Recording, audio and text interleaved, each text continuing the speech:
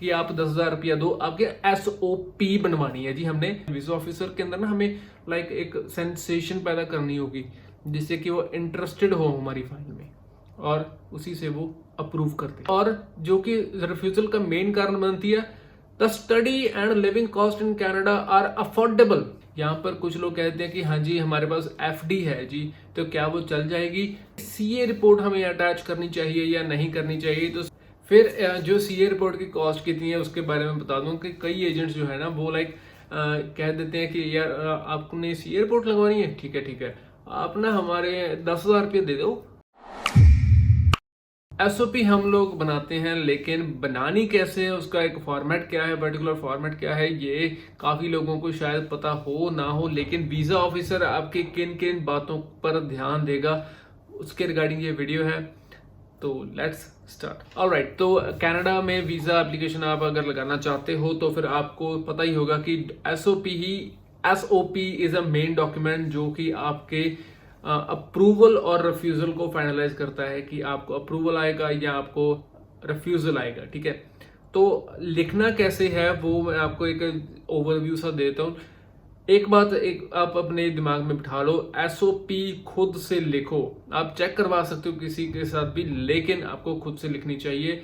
अगर आप किसी पर्सन के पास जाओगे कि हाँ जी आप हमारी SOP लिख दो, नेवर गो फॉर दैट। उसके दो रीजन है। ठीक है, पहला रीजन ये है कि एक तो उन्हें आपकी लाइफ के बारे में कुछ नहीं पता होगा कि what should they include in your life, what are your goals, आपके गोल्स क्या है, फ्यूचर में करना क्या चाहते हो।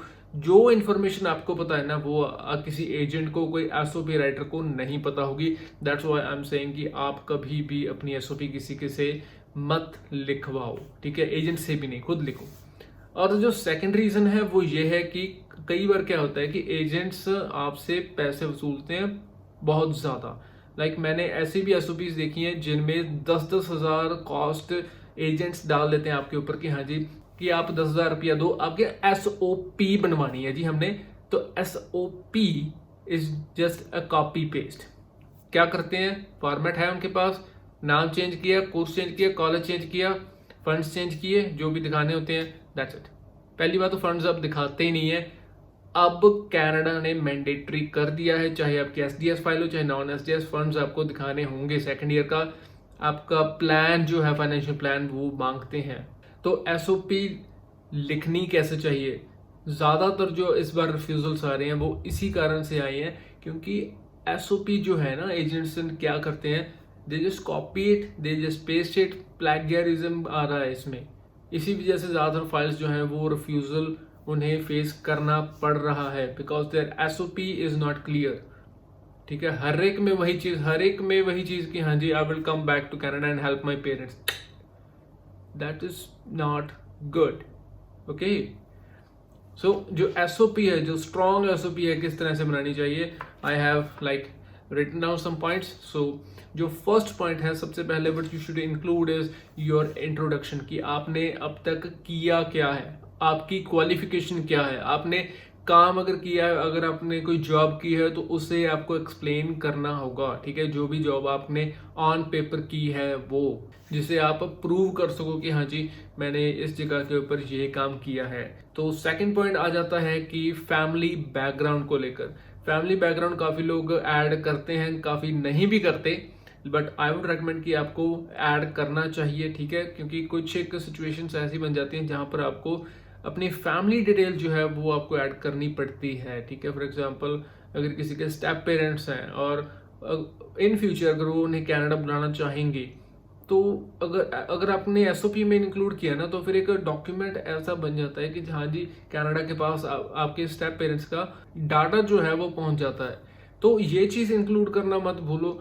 आई वुड से कि आप हर बार अगर आप अपनी SOP बना रहे हो ना, अपना फैमिली बैकग्राउंड जरूर ऐड करो। ठीक है, कि आपके पेरेंट्स आप क्या कर रहे हैं, आपके सिबलिंग्स, आपके कजन्स, सॉरी नॉट कजन्स, आपके जो ब्लड रिलेटिव्स हैं, पेरेंट्स, योर सिबलिंग्स, इन सभी का आप इंफॉर्मेशन जरूर डालो। अगर आप नहीं डाल रहे, you are making a huge mistake. ठीक है, वो करते क्या है, ठीक है, और अगर आप इंक्लूड करना चाहो तो कितना कमा रहे हैं, ये चीज भी आप इंक्लूड कर सकते हो। तो सबसे पहले आपको फैमिली बैकग्राउंड, ठीक है, वर्क और ओवरव्यू अपनी फैमिली का वो आपको दे देना है, या फिर कैश फ्लो का कि कितना कमा रहे हो वो चीज़ आपको इंक्लूड थोड़ी सी कर देनी है, ठीक है, ताकि थोड़ा सा सस्पेंस बना रहे कि हाँ जी कमाते कितना है। वीजा ऑफिसर के अंदर ना हमें लाइक एक सेंसेशन पैदा करनी होगी जिससे कि वो इंटरेस्टेड हो हमारी फाइल में और उसी से वो अप्रूव करते। थर्ड पॉइंट आता है कि वाई कनाडा, कि वीज़ा ऑफिसर हो या कोई भी पर्सन हो, वो आपसे अगर पूछेगा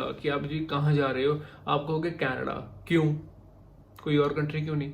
यूके क्यों नहीं? ऑस्ट्रेलिया क्यों नहीं? या न्यूजीलैंड क्यों नहीं? या अमेरिका क्यों नहीं?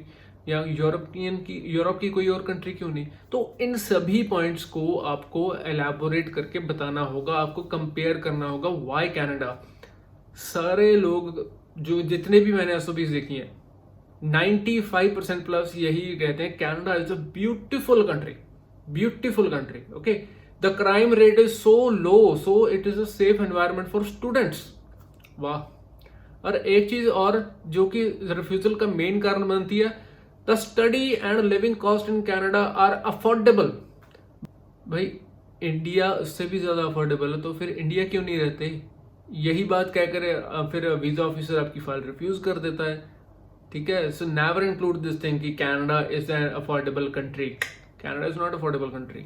ओके, सो नेक्स्ट पॉइंट आ जाता है कि why this province not else and not any else, कि आपने अगर ओंटारियो में अप्लाई किया है तो आपने किसी और प्रोविंस में क्यों नहीं अप्लाई किया? अल्बर्टा है, मैनिटोबा है, सस्कैचुअन है, ब्रिटिश कोलंबिया है, नोवा स्कोशिया, ननावत, यूकॉन और कितने प्रोविंसेस हैं, राइट, टेरिटरीज हैं, राइट। तो फिर आपने वहां पर क्यों नहीं अप्लाई किया? द रीजन बताइए आप। अगर आप रीजन नहीं बता रहे हो, you are wasting your time. आपने वही प्रोविंस क्यों चूज किया? क्या कारण थे?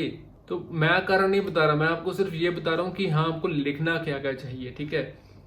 फिर आ जाता है कि why this college. For example अगर आपने लाइक कोई भी कॉलेज ले लो, लाइक न्यागरा कॉलेज ले लो या शेरिडन ले लो, तो आपने वही कॉलेज क्यों चूज किया? बाकी और भी तो कॉलेजेस हैं। तो आपको कॉलेजेस को कंपेयर करना होगा, ठीक है। कॉलेजेस को अगर आप कंपेयर नहीं कर रहे हो, you are making a mistake. You should include why you are choosing this college, why you are not going to any other college. बाकी भी तो कॉलेजेस हैं, अच्छे कॉलेजेस हैं। Why you are not going to University of Toronto just for example. तो उन्हें आपको compare करना होगा, उसके बिना बहुत मुश्किल है। नेक्स्ट आ जाता है कि वाई दिस कोर्स। तो फिर आपने ये कोर्स ही क्यों चूज किया? आपने कोई और कोर्स क्यों नहीं चूज किया? तो फिर आपको उसमें आपके पास ये पॉइंट आ जाता है कि आपको अपनी प्रीवियस स्टडी के साथ, आपको जो प्रीवियस वर्क है उसके साथ आपको इसे लिंकअप करने का मौका मिलेगा कि हाँ जी मैं ये कोर्स इसलिए यूज कर रहा हूँ, ये चूज कर रहा हूँ क्योंकि मेरी पहले स्टडी ये थी या मेरा पहले वर्क ये था और इस वजह से ये रेलेवेंट है, ठीक है, और इन फ्यूचर मुझे ये हेल्प करेगा। That is how you can link it. अगर आपने ग्रेजुएशन की हुई है या पोस्ट ग्रेजुएशन की हुई है, आप अपना फील्ड चेंज करना चाहते हो, तो फिर पहली बात आपके पास वर्क एक्सपीरियंस होना चाहिए। देन तो आपको जस्टिफाई करना होगा व्हाई यू आर शिफ्टिंग। आपको आप अपने फील्ड के साथ क्यों शिफ्ट कर रहे हो, ये चीज आपको एक्सप्लेन करनी होगी। If you are not doing that, you are wasting your time and resources. Next point आ जाता है व्हाई नॉट इंडिया। क्योंकि कोई भी पर्सन है, ठीक है, आप अपने रिश्तेदार में चले जाओ, ठीक है, कोई भी आपका रिलेटिव हो, आप अगर उसे कह दो ना कि हाँ जी मैं तो जी कनाडा जा रहा हूँ स्टडी करने, तो उनका पहला सवाल ये आएगा, क्यों भाई इंडिया में क्यों नहीं करते हो? The same mentality goes into the visa officer कि आपने अप्लाई क्यों किया। क्योंकि इंडिया में भी तो लाइक काफी ऐसे इंस्टीट्यूशंस हैं, रेप्यूटेड इंस्टीट्यूशंस हैं, ठीक है, रेपुटेशन जिनकी बहुत बड़ी है, तो आप वहां पर एडमिशन क्यों नहीं ले रहे हो? तो उसके रीजंस वो आपको बताने होंगे। अगर आप नहीं बता रहे, it means you are wasting your time, it means you are want to settle in Canada. Okay, तो उसके रिगार्डिंग आपको ये बताना, वैसे एक दो पॉइंट मैं आपको बता ही देता हूँ कि आप ये कह सकते हो कि कंपटीशन ज़्यादा है और इंडिया में लाइक कंपटीशन ज़्यादा होने की वजह से हमें ज़्यादा लाइक अपॉर्चुनिटीज़ जो हैं वो नहीं मिलती as compare to like Canada. और इंडिया में कंपटीशन होने की वजह से हम वहाँ पर इतनी बढ़िया कॉलेज में एडमिशन जो है वो नहीं ले सकते। सो ये चीज़ आप इंक्लूड कर सकते हो। नेक्स्ट पॉइंट आ जाता है कि आपके फ्यूचर प्लान्स क्या हैं। तो फ्यूचर प्लान्स में आप ये चीज़ इंक्लूड कर सकते हो कि आप जॉब कर सकते हो, ठीक है, जॉब्स के बारे में आप लिख सकते हो, या फिर अगर आप जॉब नहीं करना चाहते, अपना बिजनेस स्टार्ट करना चाहते हो, तो फिर आप बिजनेस के बारे में लिख दो। एक चीज़ का ख्याल रखना, अगर आप जॉब के बारे में लिख रहे हो तो फिर आपका सारा जॉब के रिलेटेड होना चाहिए। अगर आप बिजनेस के बारे में लिखना चाहते हो तो आपका सारा बिजनेस के बारे में होना चाहिए।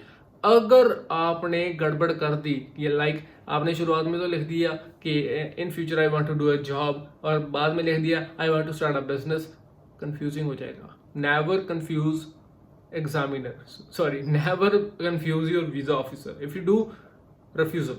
और फ्यूचर प्लान में आप ये चीज़ भी इंक्लूड कर सकते हो कि अगर आप यहाँ से कनाडा से ग्रेजुएट होकर जाते हो इंडिया में, तो फिर आपको कौन कौन सी जॉब्स जो हैं वो अवेलेबल होंगी, तो और आपको कितना पैकेज जो है वो आपको मिल सकता है, कौन सी कंपनीज में आपको जॉब मिल सकती है। और अगर पॉसिबल हो तो फिर आप लिंक्स भी जो है वो ऐड कर सकते हो अपनी एसओपी के अंदर कि हाँ मैं ये वाली जॉब जो है वो करना चाहूँगा। Last point, the most important one is financials. अगर आपने अपने फाइनेंशियल्स नहीं ऐड किए ना, आई वुड नॉट कंसिडर कि हाँ जी आप कन्विंस कर सकते हो किसी भी वीजा ऑफिसर को कि हाँ आप अगर आप फाइनेंशियल्स नहीं ना शो करोगे, वीजा ऑफिसर कन्विंस नहीं होने वाला कि हाँ जी आप वापस जाओगे। बिकॉज अगर इंडिया में आपके पास काफ़ी कुछ है, ठीक है, आपके पास कैश फ्लो काफ़ी बढ़िया है आपका, then there are higher chances कि आपकी अप्रूवल आ जाए, ठीक है। वीजा ऑफिसर को ये लगेगा कि ये इसकी जो फैमिली है ना ये काफ़ी वेल एस्टेब्लिश्ड है, तो ठीक है ये वापस जाएगा, कनाडा में रहकर करेगा क्या। तो ये मेंटालिटी लाने के लिए ना आपको कुछ चीजें जो हैं वो इंक्लूड करनी चाहिए। कम से कम आई वुड रेकमेंड कि पिछले 2 साल के आपके पास इनकम टैक्स रिटर्न्स जो हैं वो होनी चाहिए, या फिर कोई ऐसा गवर्नमेंट डॉक्यूमेंट पिछले 2 साल की जो आपकी इनकम है उसे प्रूव करता हो। आईटीआर अगर आप अपनी पूरी फैमिली के अटैच कर सको, that would be much better. और कुछ कम्युनिटीज हैं जहां पर आईटीआर भरी नहीं जाती, ठीक है, स्पेसिफिकली द फार्मिंग कम्युनिटी।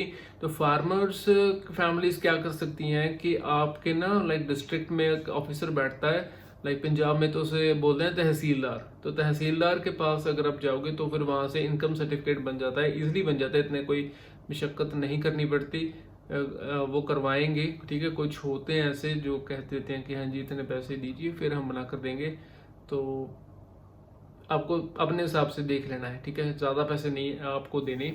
तो आपको बस वो सर्टिफिकेट चाहिए कि हाँ जी हमारी इतनी इनकम हर साल की है और ये इतने का होनी चाहिए जिससे कि आपका लाइक सेकेंड ईयर की कम से कम जो हाफ फी है ना वो आई वुड से कि अगर फुल फी हो जाए cover up, that would be much better. फिर आते हैं आपके स्टेटमेंट्स।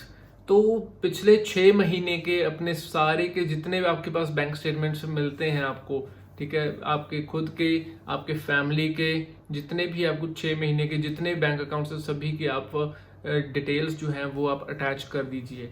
यहाँ पर कुछ लोग कहते हैं कि हाँ जी हमारे पास एफडी है जी, तो क्या वो चल जाएगी?